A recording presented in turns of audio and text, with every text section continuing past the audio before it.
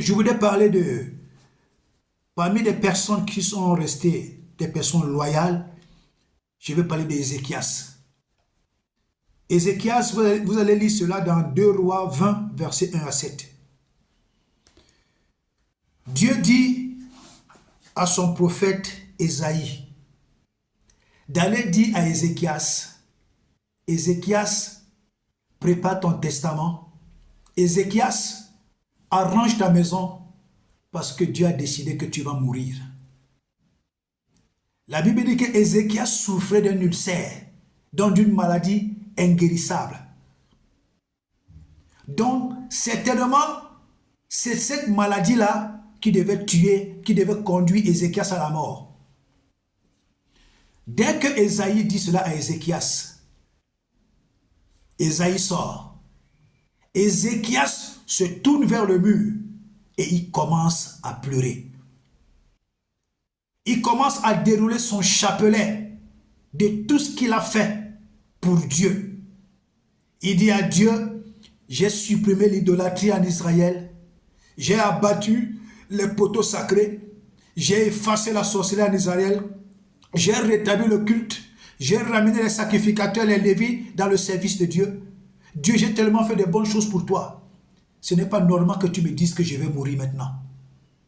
Ézéchias a présenté à Dieu des éléments. Son CV devant Dieu était propre. Son CV devant Dieu était acceptable. Son CV devant Dieu a été validé par le ciel. Donc tous les éléments que Ézéchias avait présentés à Dieu pour sa défense, Dieu a validé sa requête. Dieu a validé son CV. La Bible dit donc que pendant que Ésaïe est encore dans la cour royale, Dieu lui dit, rentre dans la chambre du roi Ézéchias, va lui dire qu'il ne va plus mourir. Et c'est ainsi que le prophète Ésaïe est revenu, il a dit à Ézéchias que Dieu m'a dit de te dire que tu ne vas plus mourir. Ézéchias servait Dieu. Ézéchias a fait toutes ces choses pour Dieu alors qu'il souffrait d'un ulcère. Il souffrait d'une maladie incurable. Certainement, cette maladie devait le traîner à la mort. C'est pourquoi Dieu a permis de dire, Dieu a laissé Ésaïe d'aller lui dire qu'il va mourir. Ézéchias souffrait d'un ulcère. Ézéchias souffrait d'une plaie inguérissable. Ézéchias était meurtri dans son cœur. Mais Ézéchias souffre. Il servait Dieu avec ça. Il servait Dieu avec cette maladie. Il servait Dieu avec cet ulcère. Il a fait des choses qui ont béni la maison du Seigneur. Il a fait des choses qui ont réjoui le cœur de Dieu. Il a fait des choses qui ont amené Dieu à le considérer. Pourtant, il souffrait de l'ulcère. Il souffrait de l'ulcère et cet ulcère était préparé à l'amener à la mort. Bien-aimé,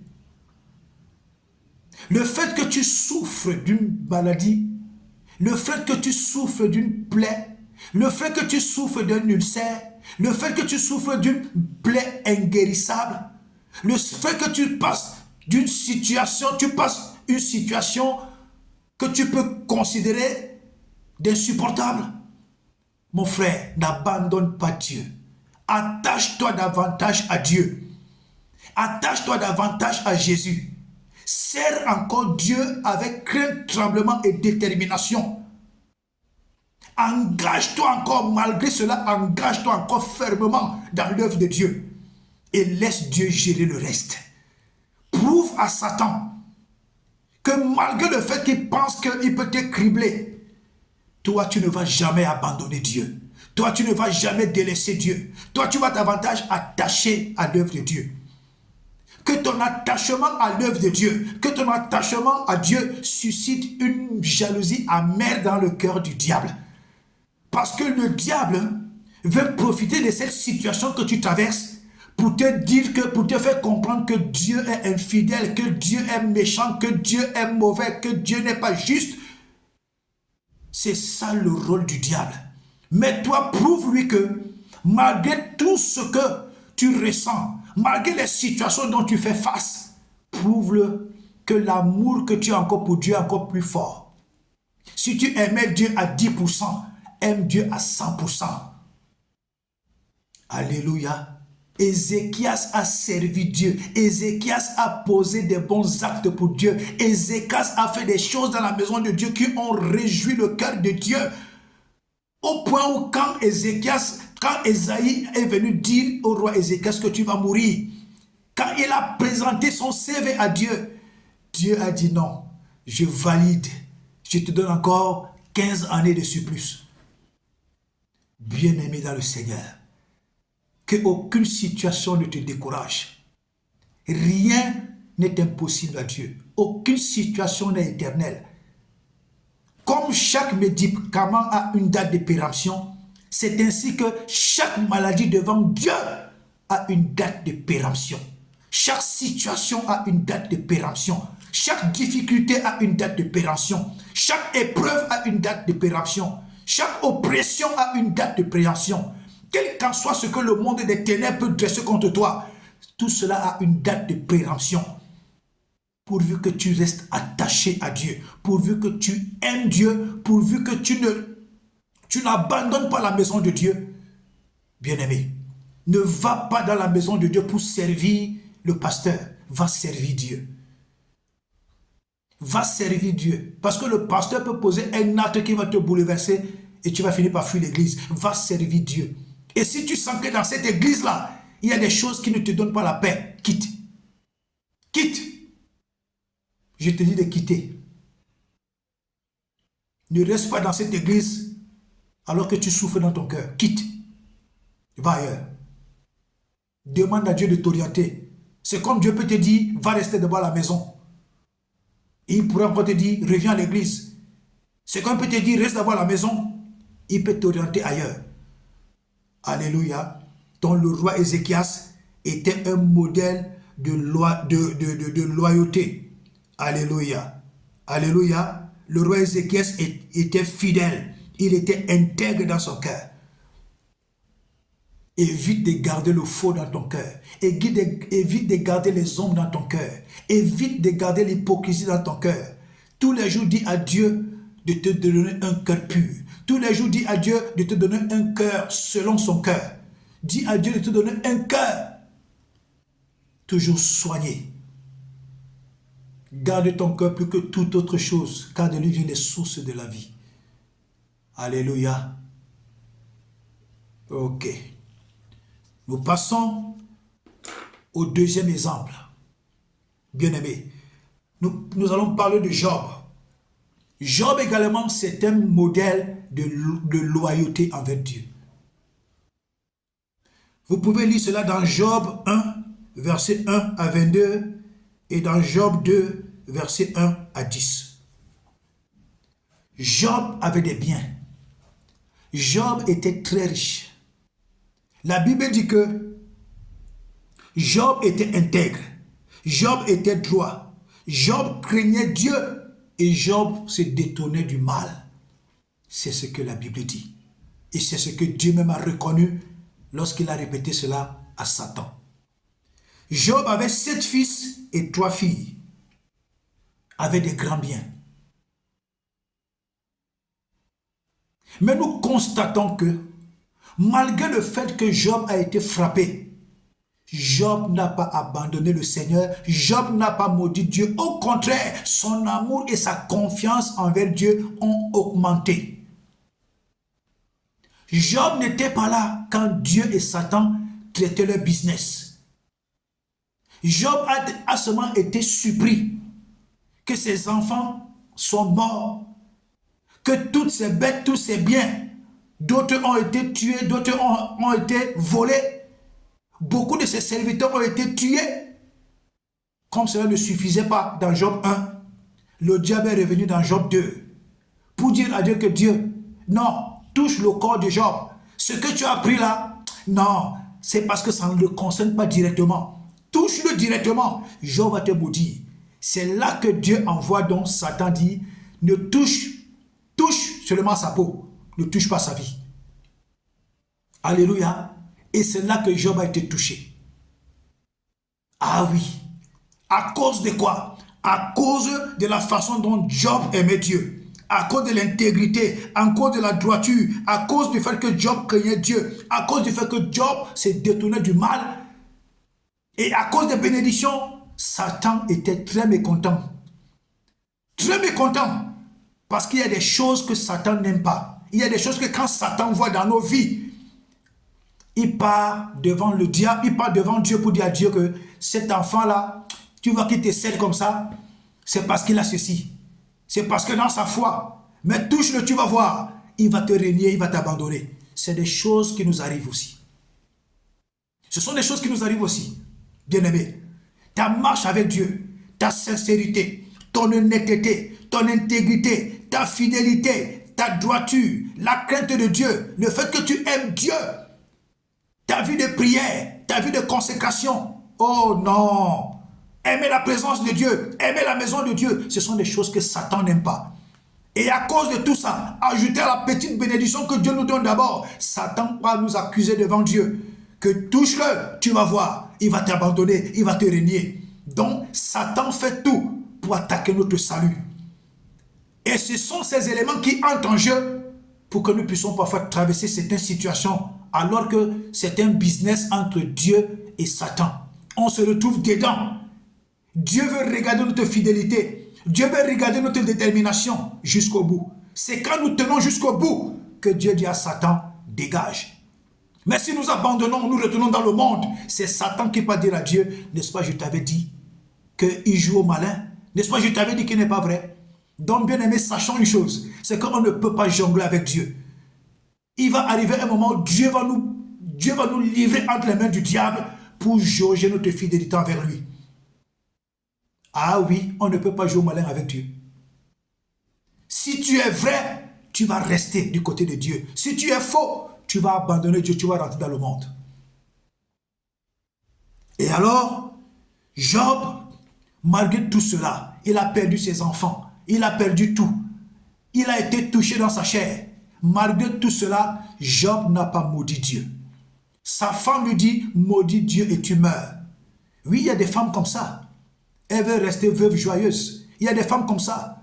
À cause de la belle maison que tu as construite, à cause des petits, à cause du compte bancaire, à cause du fait que tu lui parles de tout.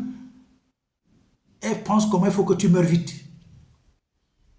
D'autres même, le fait qu'elle a un mari, elle ne se sent pas bien avec lui, elle commence à penser dans son cœur que si Dieu pouvait tuer le type-ci pour que je me remarie avec telle personne. Ma soeur, tu es déjà criminelle. Quand tu penses comme ça, ton cœur n'est pas converti. Ton cœur n'est pas converti. Tu es une femme criminelle. C'est-à-dire, tu es criminelle à l'état brut.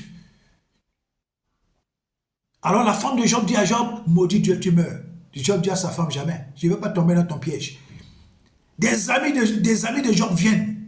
Ils donnent des mauvais conseils à Job. Job dit, jamais, vous ne connaissez pas Dieu là. J'ai souvent entendu parler de Dieu, mais cette fois-ci, j'ai vu Dieu vrai. Oui, il nous arrive de parler de Dieu. Dieu est bon, Dieu est fidèle, Dieu est amour, Dieu béni.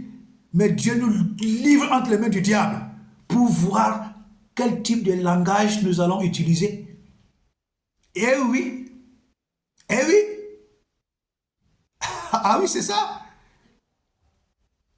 Mais Job est resté fidèle, malgré le fait qu'il a tout perdu. Mais aujourd'hui, dès qu'une sœur, un frère, un chrétien, un pasteur, une femme pasteur perd un enfant, perd un travail, perd quelque chose de bien, perd quelque chose, perd une bénédiction, non, il maudit Dieu, elle maudit Dieu, elle dit tout à Dieu. Job a tout perdu, même les 10 enfants, il a tout perdu. Toute la richesse, Job a tout perdu. Job est resté fidèle. Il a eu des problèmes à cause de sa vie d'intégrité, sa vie de droiture, à cause de sa vie qu'il craignait Dieu et à cause du fait que Job craignait le mal, à cause de la bénédiction, il s'est retrouvé dans les problèmes. Mais Job est resté intègre.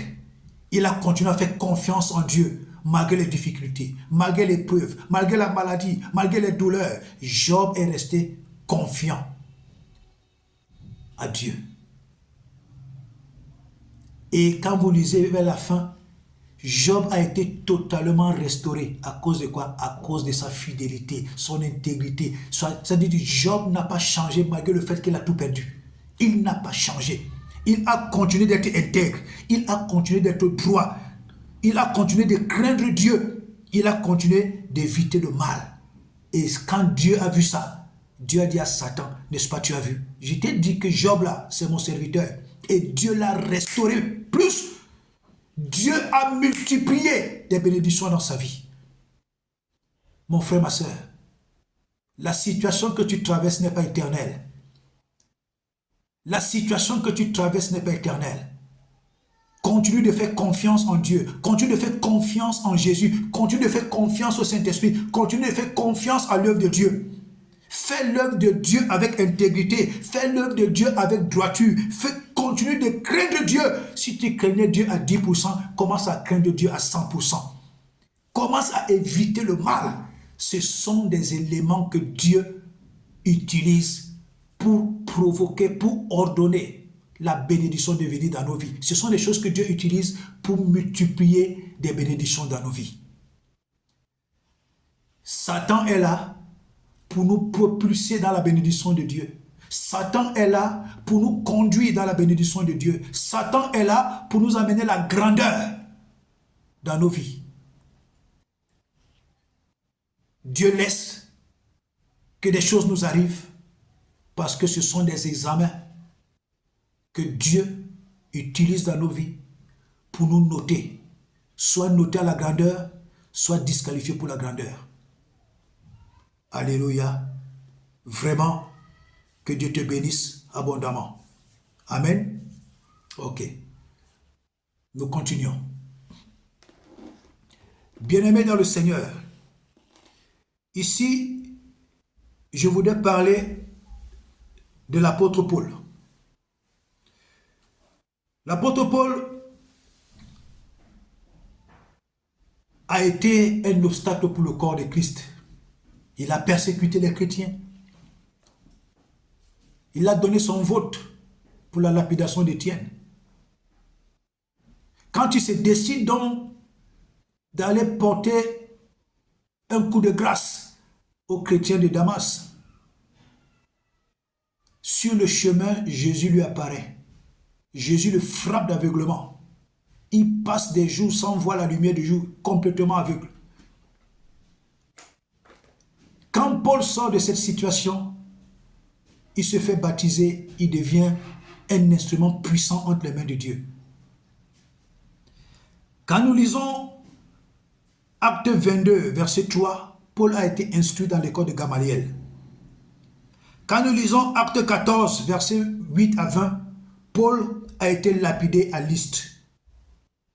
Quand nous lisons maintenant 2 Timothée 12, 2 Corinthiens 12, verset 7 à 12,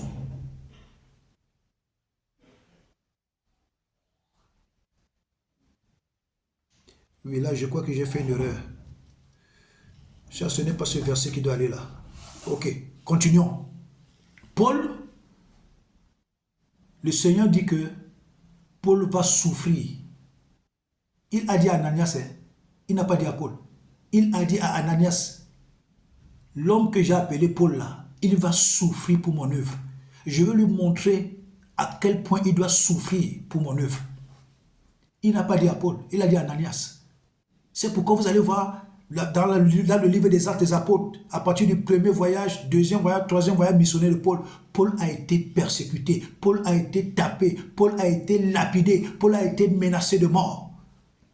Tout ça, c'était écrit dans sa lettre de mission.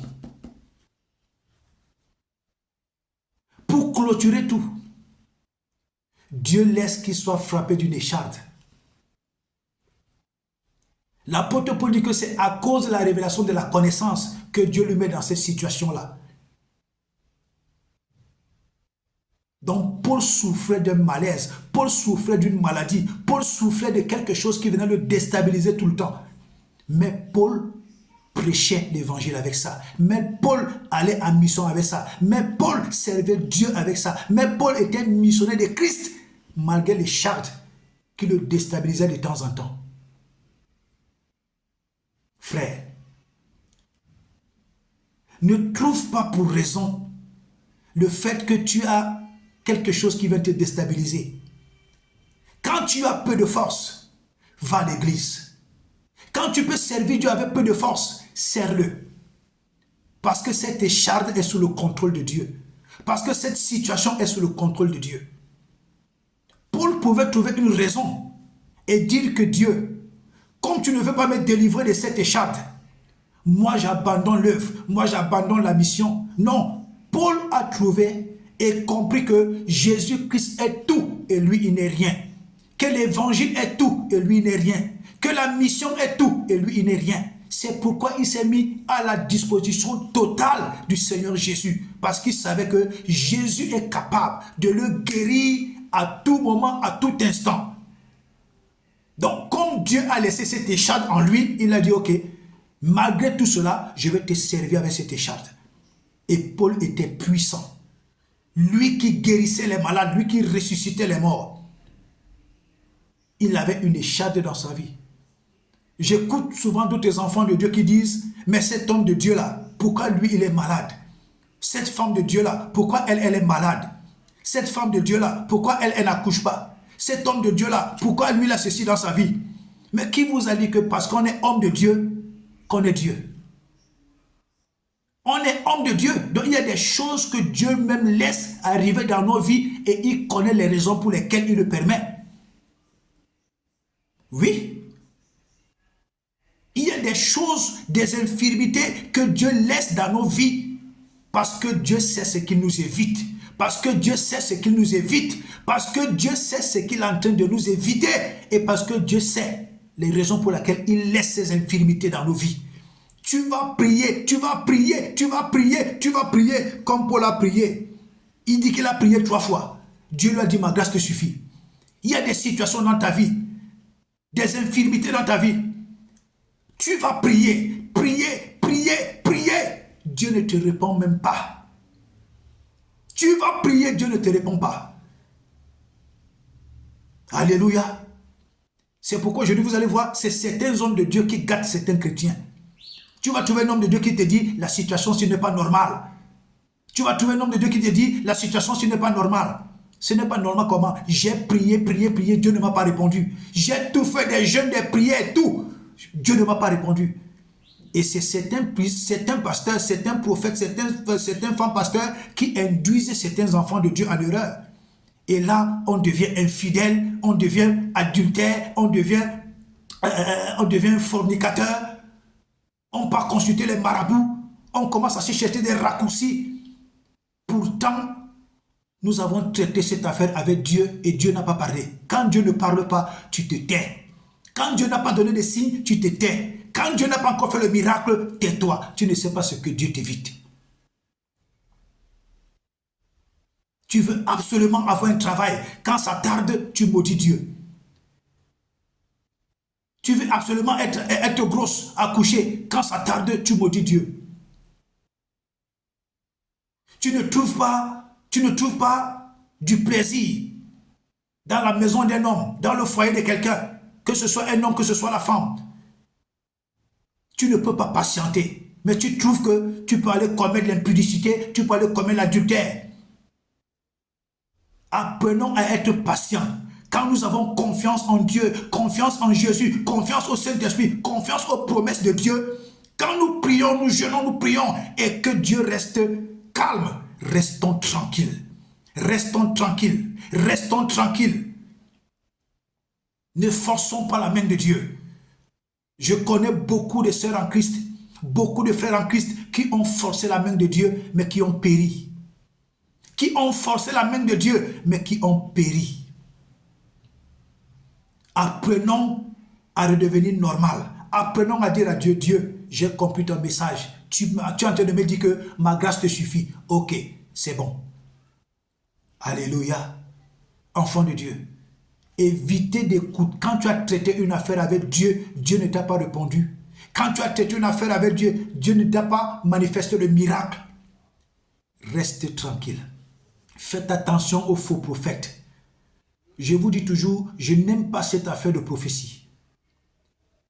La meilleure prophétie, c'est l'enseignement. Chacun trouve son compte dedans.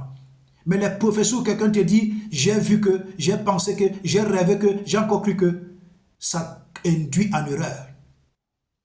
J'ai une de mes filles qui m'a dit un jour, papa, qu'est-ce que Dieu t'a dit pour moi aujourd'hui? Je me suis fâché contre elle et je lui ai dit, je ne suis pas un sorcier. Quand Dieu me parle, je dis. Il y a même des choses que quand Dieu me parle, je ne te dis pas, mais je prie. N'aimez pas les prophéties, ça détruit. N'aimez pas les enchanteurs, ça détruit.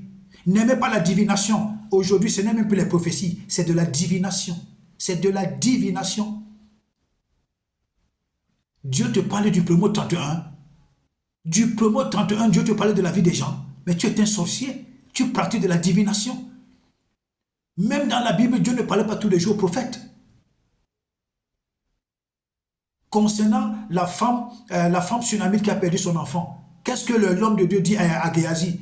Il dit à Géasi que mais ça, Dieu me l'a caché. Il y a des choses que Dieu lui-même veut faire d'une manière particulière sans passer par quelqu'un. Alors arrêtez d'être esclave des prophètes. Arrêtez d'être esclave des faux prophètes. Arrêtez d'être esclave des faux serviteurs de Dieu. Arrêtez ça. Arrêtez d'être esclave d'une église. Soyez esclave de Dieu. Soyez esclave de Jésus. Soyez esclave du Saint-Esprit. Soyez esclave de la parole de Dieu. Soyez esclave de votre vie de consécration. Soyez esclave de votre vie de prière. Alléluia.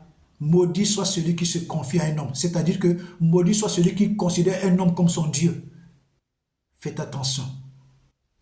Alléluia. Ok. Que Dieu te bénisse.